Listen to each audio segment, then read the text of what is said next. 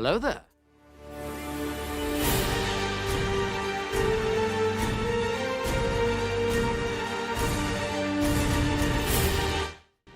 Hello दोस्तों, मैं हूं आपका दोस्त रेडियो और आज मैं लेके आपके लिए स्पेशल वीडियो स्टार वॉर्स के बारे में। दोस्तों, स्टार वॉर्स दुनिया की बहुत बड़ी फ्रेंचाइज और आज इस वीडियो में आपको मैं पूरी स्टार वॉर्स की टाइमलाइन एक्सप्लेन करूंगा और सारी मूवीज़ भी।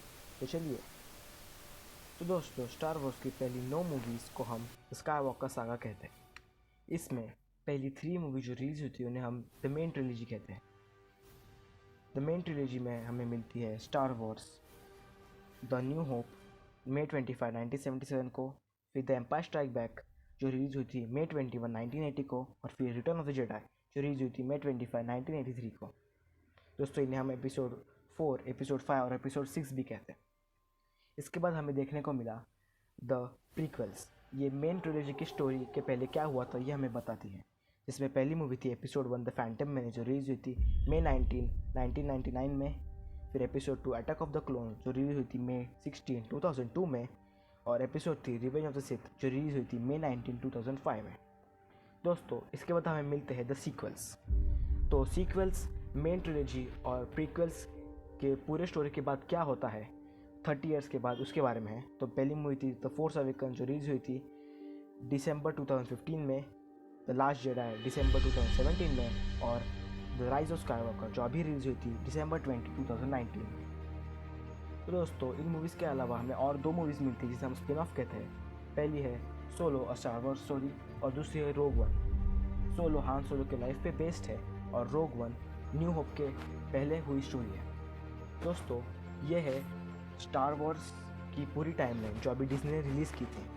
इसमें हम देख सकते हैं पूरी टाइमलाइन को 3 पार्ट्स में डिवाइड किया है, age of Republic, age of Rebellion और एज ऑफ रेजिस्टेंस। इसमें हमें स्टार वॉर्स का क्लोन वॉर्स सीरीज़ जो एक एनिमेटेड सीरीज़ थी उसे भी ऐड किया गया है, स्टार वॉर्स रेबल्स को भी ऐड किया गया है, फिर मैंडलोरियन जो अभी चालू है वेब सीरीज़ उसे भी ऐड किया गया है, और ओबी-वन केनोबी की जो वेब सीरीज़ आएगी और बाकी जो वेब सीरीज़ आएगी उन्हें भी ऐड किया गया है। स्टार वॉर्स गैलेक्सी एज को भी ऐड किया गया है जो डिज्नीलैंड में स्टार वॉर्स को भी डेडिकेटेड एक थीम पार्क है। तो चलिए दोस्तों, शुरू करते हैं। Episode 1 the Phantom menace. Republic जो गैलेक्सी में पीस मेंटेन करने का काम करती है और एक डेमोक्रेटिक गवर्नमेंट होती है, उसमें और ट्रेड फेडरेशन में झगड़े बढ़ जाते हैं। तो जेडाई काउंसिल 2 जेडाई क्वाई-गॉन जिन्न और ओबी-वन केनोबी को इस झगड़े को रोकने के लिए भेज देते हैं, पर वो एक ट्रैप में फंस जाते हैं। वहाँ से बच निकलते हैं और R2-D2 से मिलते हैं जो उनकी जान बचाता है। R2-D2 एक ड्रॉइड होता है। वो टैटूइन नाम के प्लैनेट पे जाके रुक जाते हैं। वहाँ पे वो एनाकिन स्काईवॉकर नाम के बच्चे से मिलते हैं जिसके पास एक ड्रॉइड होता है जिसका नाम होता है C-3PO। एनाकिन और उसकी माँ दोनों वहाँ पे स्लेव होते हैं। क्वाई-गॉन को एनाकिन में फोर्स स्ट्रांग दिखती है और लगता है वही चोजन वन है। वहाँ पे एक पॉड रेस होती है, एनाकिन जीत जाता है और वहाँ से फ्री हो जाता है। क्वाई-गॉन जिन्न एनाकिन को लेके जेडाई ट्रेनिंग के लिए लेके जाते हैं और काउंसिल को उसको ट्रेन करने की इजाज़त मांगते हैं, पर काउंसिल मना कर देता है। काउंसिल को एनाकिन में कुछ न कुछ गड़बड़ दिखती है, पर फिर भी क्वाई-गॉन जिन्न उसे अपना खुद का अप्रेंटिस चूज़ करके उसे ट्रेनिंग देते हैं। जब ट्रेड फेडरेशन में और रिपब्लिक में एक बैटल होती है तब एनाकिन उनकी मदद करता है और तभी क्वाई-गॉन जिन्न की मौत हो जाती है। तब काउंसिल ओबी-वन को एनाकिन को ट्रेन करने की इजाज़त दे देते हैं। Episode 2 Attack of the Clones. Anakin अब बड़ा हो चुका है। जो ट्रेड डिस्प्यूट चालू है रिपब्लिक और ट्रेड फेडरेशन में वो अभी बढ़ जाता है और एनाकिन को सेनेटर पैडमे अमाडाला को बचाने की जिम्मेदारी दे दी जाती है, पर वो दोनों शादी कर लेते हैं जो जेडाई के नियमों के खिलाफ होता है। तभी ओबी-वन केनोबी को एक जेडाई मास्टर ने बनाई हुई क्लोन आर्मी का पता चलता है और वो क्लोन आर्मी जैंगो फेट नाम के बाउंटी हंटर उस पे बनाई होती है। उसको बेस मॉडल लेके ये पूरी क्लोन आर्मी बनाई जाती है, पर ओबी-वन को लगता है कि यही है वो जो पैडमे को मारने की कोशिश कर रहा है, पर उसे पता नहीं कि जेडाई ने यह आर्मी क्यों बनाई होती है। एक्चुअली उस जेडाई ने यह आर्मी बनाई होती क्योंकि उसे लगता है कि ट्रेड फेडरेशन में और रिपब्लिक में झगड़ा बढ़ जाएगा और रिपब्लिक के पास आर्मी की ज़रूरत होती है, फाइट हो तो क्लोन आर्मी का मदद लेके जेडाई और रिपब्लिक जीत जाए। तभी एनाकिन को समझता है कि उसकी माँ को मर्डर किया गया होता है। वो बहुत गुस्सा हो जाता है और उसी गुस्से में वो जिसने उसकी माँ को मारा होता है उन सब को मार देता है, उनके पूरे विलेज को जला देता है। और तभी हमको इसमें डार्क साइड की शुरुआत दिखती है। जो रिपब्लिक के खिलाफ रिवोल्ट चालू होता है उसको लीड कर रहा होता है एक जेडाई जिसका नाम होता है काउंट डूकू। वो पहले एक जेडाई हुआ करता था पर अभी खुद की ड्रॉइड आर्मी बना के गैलेक्टिक सेनेट पे प्रेशर डालता है और रिपब्लिक को नीचे लाने की कोशिश करता है। इस सब में गैलेक्टिक सेनेट पे प्रेशर आ जाता है और वो चांसलर को इमरजेंसी पावर दे देते हैं। फिर एक बैटल होता है जहाँ पे दोनों आर्मी और एक साइड पे जेडाई और क्लोन्स और एक साइड पे पूरी ड्रॉइड आर्मी में फाइट हो जाती है। जेडाई और क्लोन जीत जाते हैं पर हमें ये समझ में आता है कि डूकू और जो क्लोन आर्मी थी उन्हें चांसलर कंट्रोल कर रहे हैं जो एक इविल सिथ लॉर्ड होते हैं। उसका नाम होता है डार्थ सीडियस, जिसे गैलेक्सी पे वापस सिथ रूल चाहिए होता है। Episode 3 revenge of the Sith. Chancellor को जनरल ग्रीवियस नाम के एक रिवोल्ट लीडर जो रिपब्लिक के खिलाफ होता है उसने पकड़ लिया होता है, पर ओबी-वन और एनाकिन उन्हें बचा लेते हैं। उन्हें उनकी सच्चाइयत नहीं पता, पर चांसलर को एनाकिन में से डार्क साइड को बाहर लाना होता है। इसलिए वो एनाकिन को काउंट डूकू को मारने की ऑर्डर देते हैं जो उसी शिप पे होता है। एनाकिन उनका सुन के काउंट डूकू को मार देता है और धीरे धीरे डार्क साइड की तरफ बढ़ने लगता है। एनाकिन को पैडमे के डेथ के सपने आते रहते हैं, पर जेडाई काउंसिल होती है वो एनाकिन को मास्टर बनाने से इनकार कर देते हैं। इसलिए चांसलर एनाकिन को अपना खुद का रिप्रेजेंटेटिव बना के यानी कि एक जासूस बना के काउंसिल में भेज देता है और वो एनाकिन को ये बता देता है कि वो एक सिथ लॉर्ड है और डार्क साइड की पावर्स बताता है जिससे हम किसी को भी बचा सकते हैं और किसकी भी डेथ रोक सकते हैं। एनाकिन ये सुन के जब मेस विंडू वहाँ पे उन्हें पकड़ने आ जाता है तब वो डार्थ सीडियस को मारने वाला होता है, पर एनाकिन डार्थ सीडियस को बचा के मेस विंडू को मार देता है। एनाकिन को अपना अप्रेंटिस बना के डार्थ सीडियस ऑर्डर 66 को शुरू करने का आदेश दे देते हैं। ऑर्डर 66 ये ऐसा आदेश होता है जिससे पूरी क्लोन आर्मी सारे जेडाई को मार दे जो भी गैलेक्सी में है। एनाकिन को पैल्पैटिन मतलब डार्थ सीडियस नया नाम देते हैं डार्थ वेडर और उसे ऑर्डर कर देते कि वो सारे जेडाई को मार दे और सारे यंग जेडाई जो बच्चे होते हैं उन्हें भी मार दे। पर ऑर्डर 66 से बच के योडा और ओबी-वन केनोबी निकल जाते हैं। ओबी-वन को समझ आता है कि एनाकिन डार्क साइड की तरफ चला गया है और उसमें और एनाकिन में एक बहुत बड़ी फाइट होती है। दोस्तों अगर आपने ये फाइट नहीं देखी तो ज़रूर देखिए, बहुत ही ज़बरदस्त फाइट है। इस फाइट में ओबी-वन एनाकिन को हरा देता है, उसके दोनों पाँव काट देता है और छोड़ देता है। ओबी-वन को लगता है कि एनाकिन मर जाएगा पर ऐसा नहीं होता।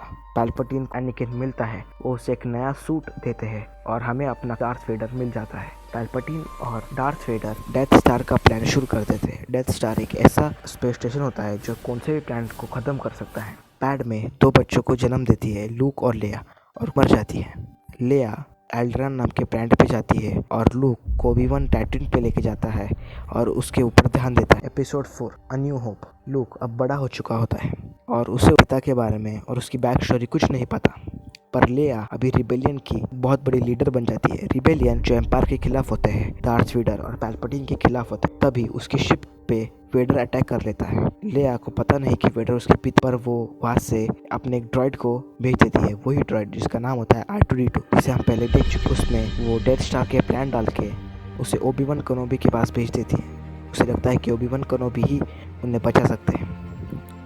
R2-D2 टैटूइन पे C-3PO से मिलते हैं और दोनों लूक से मिलते हैं। लूक को पता चलता है कि R2-D2 ओबी-वन को ढूंढ रहा है और तभी वो ओबी-वन केनोबी से मिलते हैं। ओबी-वन लूक को अपने पिता के बारे में बताते हैं, पर सब कुछ नहीं, सिर्फ इतना कि उसके पिता को डार्थ वेडर मार देता है। फिर वो दोनों हान सोलो से मिलते हैं जो उन्हें एल्डरान तक फ्लाइट हेल्प करता है अपनी शिप में जिसका नाम होता है मिलेनियम फैल्कन।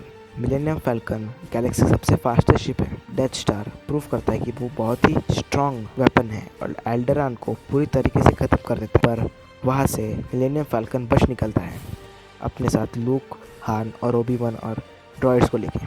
पर वो एक ट्रैप होता है।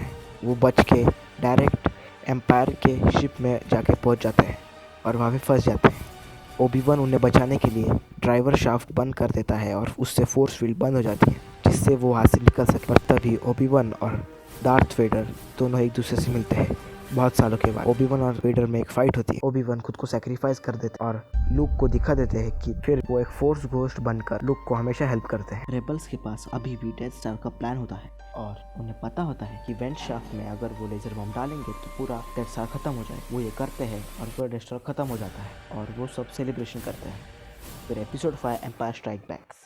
वेडर को रेबल्स का नया हाइडआउट मिल जाता है। लूक को वहाँ पे ओबी-वन केनोबी की स्पिरिट मिलती है, मतलब फोर्स, और वो लूक को बताते हैं कि वो डागोबान एक प्लानेट पे जाए और फोर्स की ट्रेनिंग ले, जहाँ पे वो योडा से मिलता है। योडा उसे फोर्स के बारे में बताते हैं। हान और लिया बच के निकलते हैं और क्लाउड सिटी में जाते हैं हान के दोस्त लैंडो कैलरिसियन से मदद मांगने के लिए, पर वो एक ट्रैप होता है। लैंडो एक्चुअली वेडर के दबाव में आके उन दोनों को उसके हवाले कर देता है और बोबा फेट भी वहाँ पे होता है। बोबा फेट जैंगो फेट का एक क्लोन होता, बच्चा होता है और अभी बड़ा हो चुका होता है। फिर वो उन्हें पकड़ लेते हैं। बोबा फेट हान को कार्बोनाइट में बंद कर देता है और जाबा द हट के पास जाता है। लैंडो लिया को वहाँ से बचने के लिए मदद कर देता है। लूक को फील होता है कि हान और लिया मुश्किल में है, इसलिए वो उन्हें बचाने के लिए निकल पड़ता है। योडा उन्हें बताता है कि अगर वो ट्रेनिंग आधी छोड़ के जाएगा तो बहुत गलत होगा, पर लूक सुनता नहीं, जाता है और वो एक ट्रैप होता है। वो और वेडर में फाइट होती है। वेडर उसका हाथ काट देता है और उसे पहली बार बताता है कि वही उसके पिता है। लूक ये सुन के बहुत निराश होता है और वहाँ से बच निकलता है लिया की मदद से। फिर लैंडो और चुबाका टैटून पे जाते हैं हान को बचाने के लिए। Episode 6 return of the Jedi. Look और लिया टैटून की तरफ जाते हैं हान को बचाने, पर लिया को वहाँ पे पकड़ लिया जाता है। लूक अपनी जेडाई पावर यूज करता है और जाबा के पैलेस में घुस जाता है। वो जाबा द हट को लास्ट वार्निंग देता है कि वो उन्हें छोड़ दे, पर जाबा नहीं मानता और लूक को भी बंदी बना लेता है। फिर लूक को हान चिवी को सार्लेक पिट में डालने के लिए जाता है। सारी सिचुएशन पलट जाती है और लूक बच जाता है और तभी हान गलती से बोबा फेट के जेट में अटैक कर देता है और बोबा फेट जाके उस सार्लेक पिट में गिर जाता है। वो वहाँ से बच निकलते हैं। लिया जाबा को मार देती है।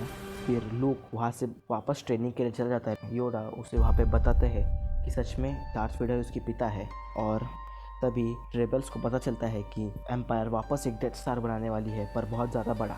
फिर हान और लिया दूसरे डेथ स्टार कंस्ट्रक्शन को रोकने के लिए उसकी एनर्जी फील्ड को तोड़ने के लिए चल जाते हैं, बट वो एक ट्रैप होता है। वेडर लूक को एम्पायर के पास लेके जाता है, जो लूक को डार्क साइड की तरफ टर्न करने की कोशिश करते हैं। वेडर और लूक में एक फाइट होती है, पर वेडर हार जाता है और लूक वेडर को मारने से मना कर देता है। ये देख के एम्पायर लूक पे अटैक कर देता है। लूक अब मदद के लिए वेडर को बोलता है और वेडर को तब रियलाइज होता है और वो एम्पायर को एक फेंक देता है और वापस अच्छाई को पा लेता है। पर इस फाइट के बाद वेडर बहुत ही ज़्यादा जख्मी हो जाता है। तभी वो अब लूक को ना मास्क निकालने और लूक को कहता है कि वो वहाँ से चला जाए, पर लूक मानता नहीं। पर लूक वेडर को छोड़ के चला जाता है और हान और लिया शादी कर लेते हैं और फिर यहाँ पे मेन ट्रिलॉजी ख़त्म हो जाती है। तो दोस्तों, ये वीडियो का पार्ट 1 था। पार्ट 2 में हम देखेंगे फर्स्ट ऑर्डर के बारे में, रेजिस्टेंस के बारे में, रे के बारे में और काइलो रेन के बारे में। तो दोस्तों, नेक्स्ट वीडियो देखना नहीं भूलना। तो चलिए दोस्तों, बाय।